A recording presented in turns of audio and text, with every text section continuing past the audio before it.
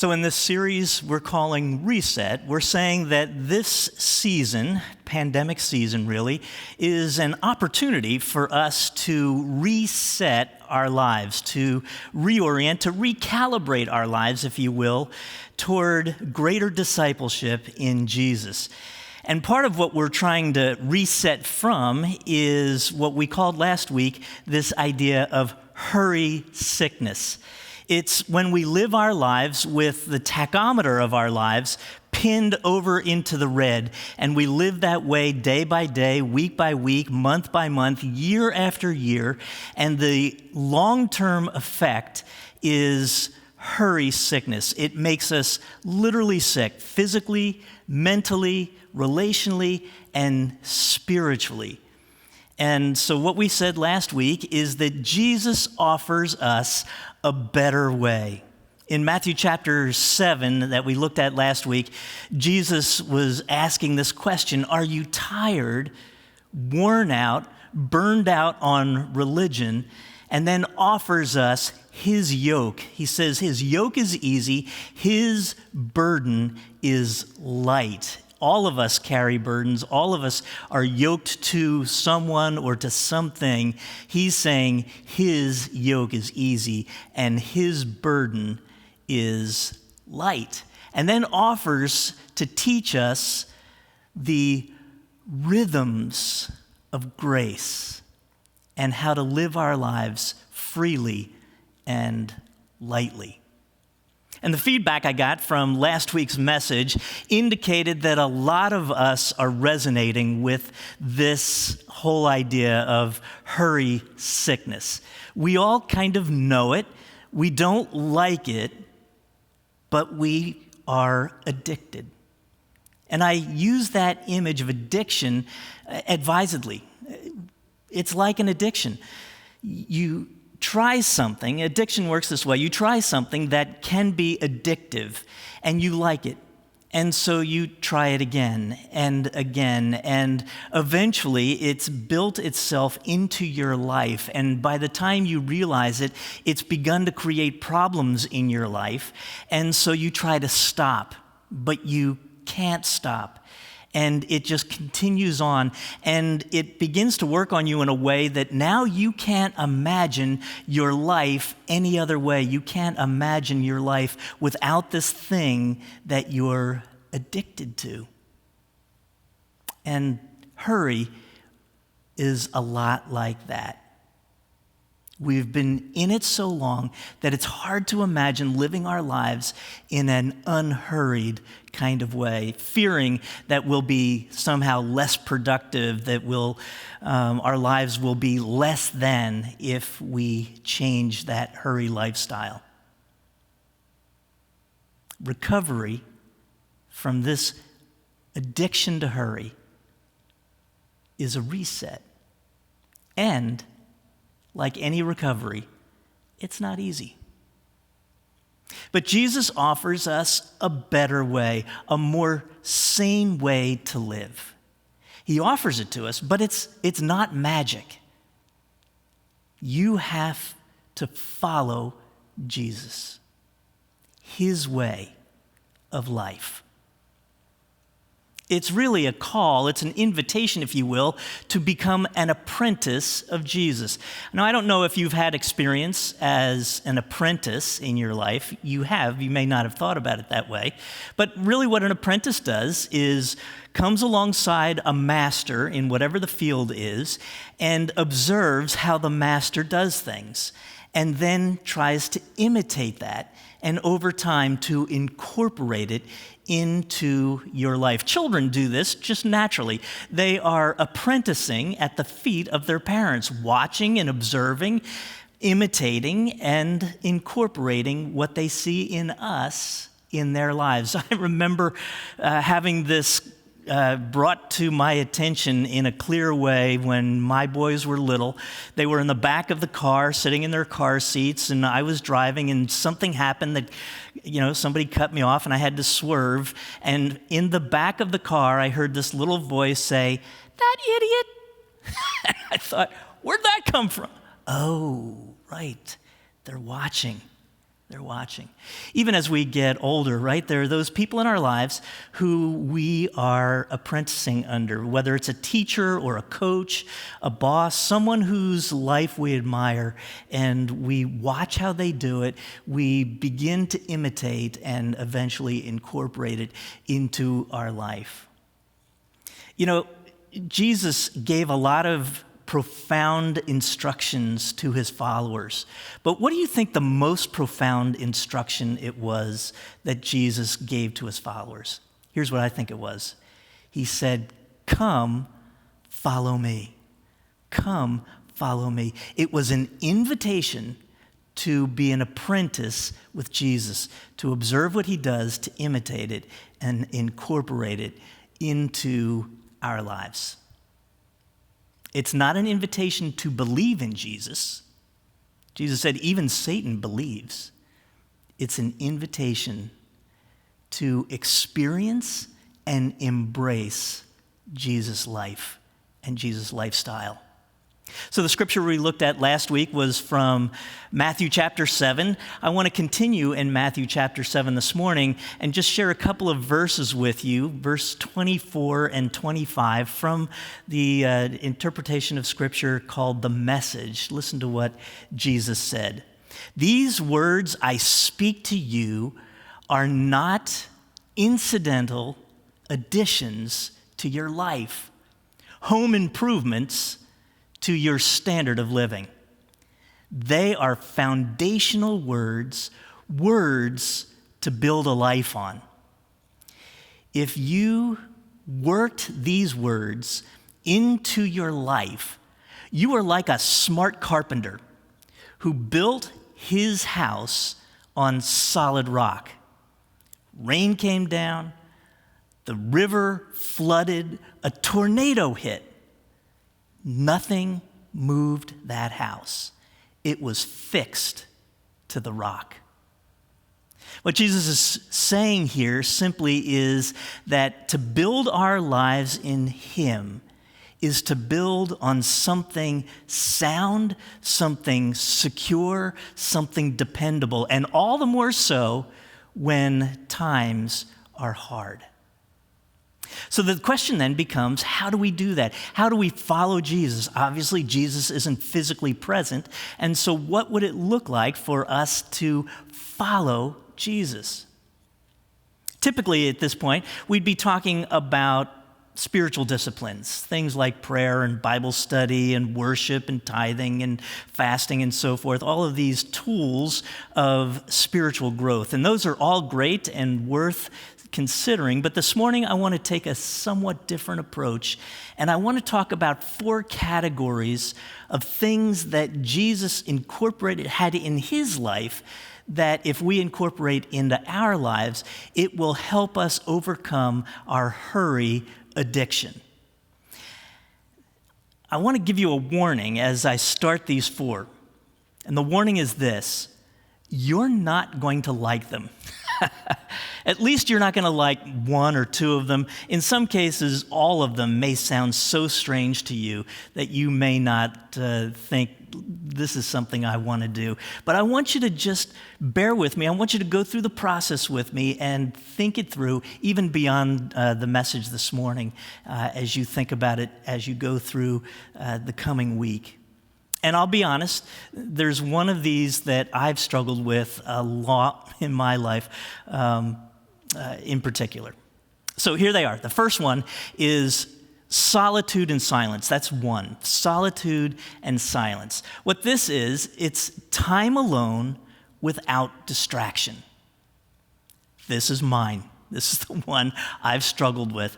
I'm an extrovert, so I like being with people. I like people around me. Solitude is harder for me. It depletes energy for me rather than gives energy to me. And so it's taken a long time for me to begin to embrace solitude. And silence, I like sounds. I like music when I am in my office or at home. I just like sound. And so this idea of solitude and silence has been one that I've struggled with. But why is this important? I think it's important because it is time alone with God to listen. Time alone with God to listen. You know, after Jesus was first baptized, what did he do? The Bible tells us that he immediately went into the wilderness for 40 days of solitude, of fasting. And I used to think, wow, that must have just made him so weak. So when he was being tempted by Satan, how did he even overcome it? But really, what I've discovered is by that time of solitude with God, he was actually getting stronger. He did the same thing at the end of his ministry, right? As he was just about to be arrested, he went to the Garden of Gethsemane with his disciples. He told them to wait while he went off in solitude by himself to speak to and to listen to the Father. Throughout the Gospels, you see Jesus in times of greatest stress, of greatest challenge, going off in solitude and silence. If Jesus needed to do this, how much more do you think we need to do this? And this isn't some complicated or scripted thing. By solitude and silence, you go off and you have to read the Bible for so long and pray for so long and sing a hymn and then repeat the process. It's not like that. It's simply a time to get away by yourself and to be quiet, to listen to the things that Jesus may want to tell you, to just hang out with Jesus. And this is going to look different for everybody. If you're a young mom and you've got little kids, you're probably looking at this one and saying, sign me up. Silence and solitude, I'm all about it, because you have so little time for that in your life. But you do need some of that. And so the question is, for all of you, for all of us, what would it look like in your weekly calendar, in your daily calendar, to carve out some time of solitude and silence? Like I said, I've gotten better at it over time. I've embraced this more. So I have time in my day where either in my office, I close the door, no music, just a time of silence, listening for the voice of God, or I go for a walk. One of the things that Marilyn and I have often talked about loving to do is go out in our kayaks. And part of the joy of that is it's a time of quiet, of solitude, as we're out on the water and just listening for the voice of God. The second one, then, is Sabbath. Sabbath. The word Sabbath literally means to cease, to rest, to celebrate. A day of stopping work. A day of rest. A day to celebrate God. It's so important that God actually commands us to do it. I mean, I think this hurry sickness isn't new to us. In fact, it's so part of the human condition that God literally had to give us a command to stop working, to take a rest. And in the commandments, it's the one that he has the most to say about. Remember the Sabbath, he says. Don't forget this. Make it holy. Holy means separate, apart. 6 days you work, 1 day you rest. Rest. Be with me and rest. When we were doing the shelter in place back last March, I was hearing from folks who were having, you couldn't go anywhere, everything was closed and so forth. And a lot of people my age and older especially were saying, this reminds me of when I was a kid, when everything was closed on Sunday.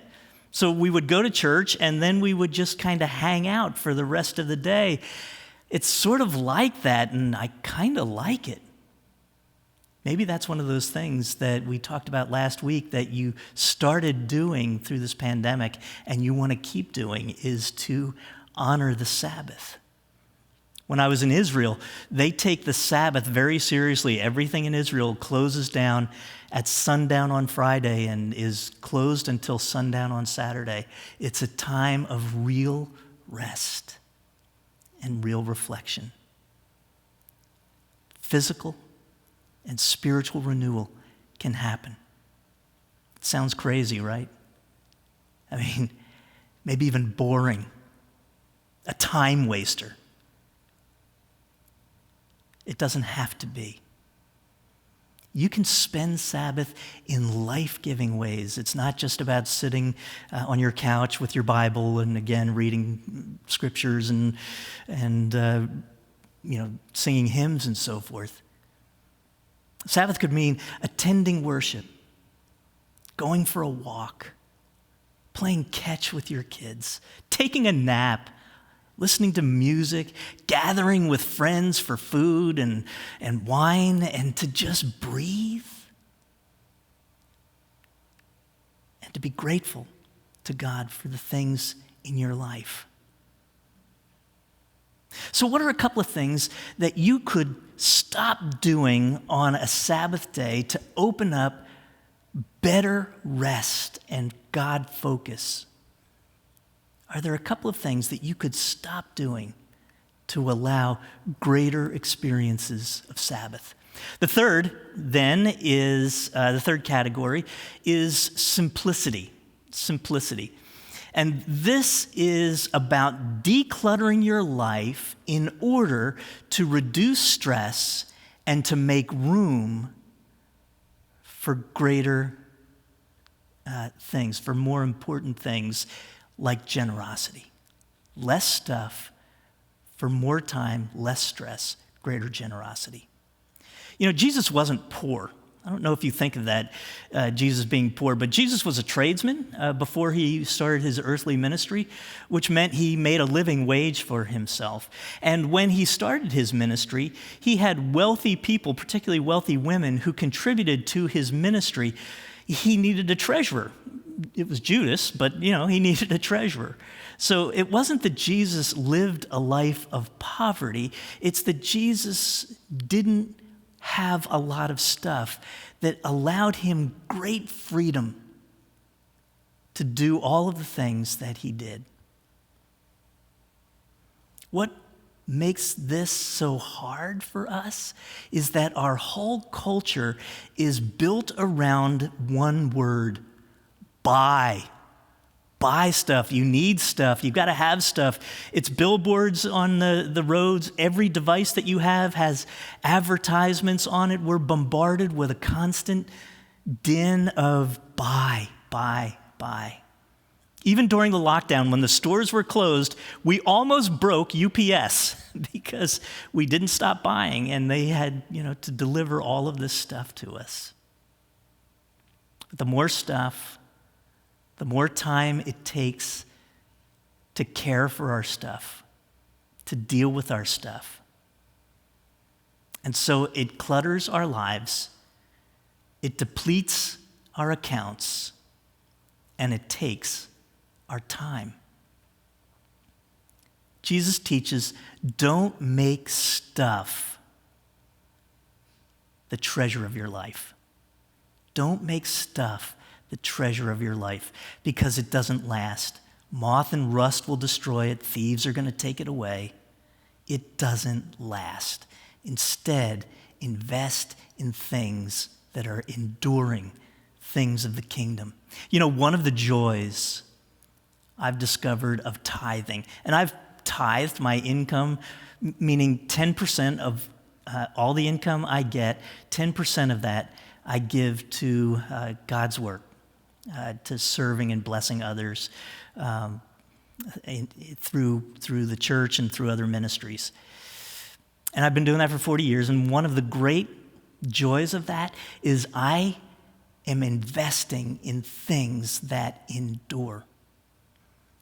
When I think about that, every child who's ever come to Hope, every student who's ever gone through our ministries here, every man, woman, boy, girl who's come to faith or grown in their faith or discovered their spiritual gifts or has found great friendships here, all of that is what I've invested in through my tithe. And there is no trinket on earth more valuable to me than those things that endure.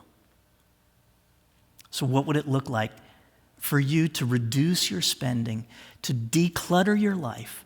How would you invest those resources, both time and income, in things that are enduring? Here's the last one. Slowing. This is just about creating margins in your life.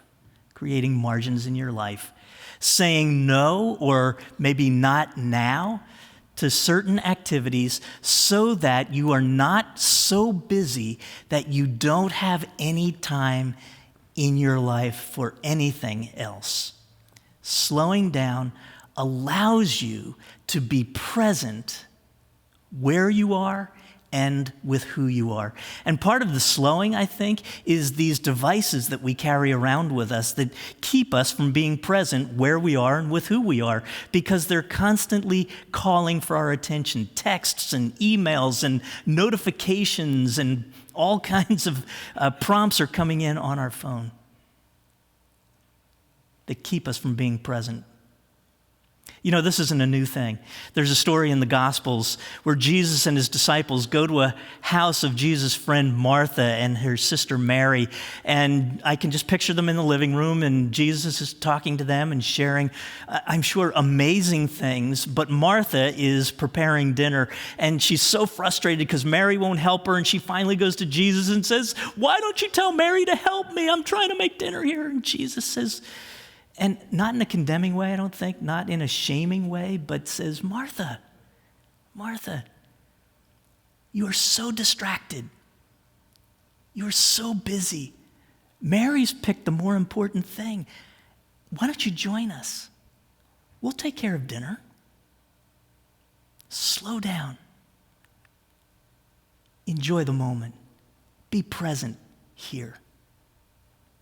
Slowing down, I know, will look different for each of us. It'll look different for a 20-year-old college student than it looks for a 30-year-old with young children. And it'll look different for a 60-year-old empty nester. But what would it look like for you to slow down? What activities could you eliminate in order to create some margin in your life? Solitude and silence, Sabbath, simplicity, slowing, all practices of Jesus, all designed to help us become more healthy. And when we're more healthy, physically and spiritually, relationally and mentally, we're more productive, not less productive. That's what these are about, to help us overcome hurry sickness and our addiction to hurry. So we're going to listen to a song that the worship band is going to share with us, and then I'll close us out in prayer.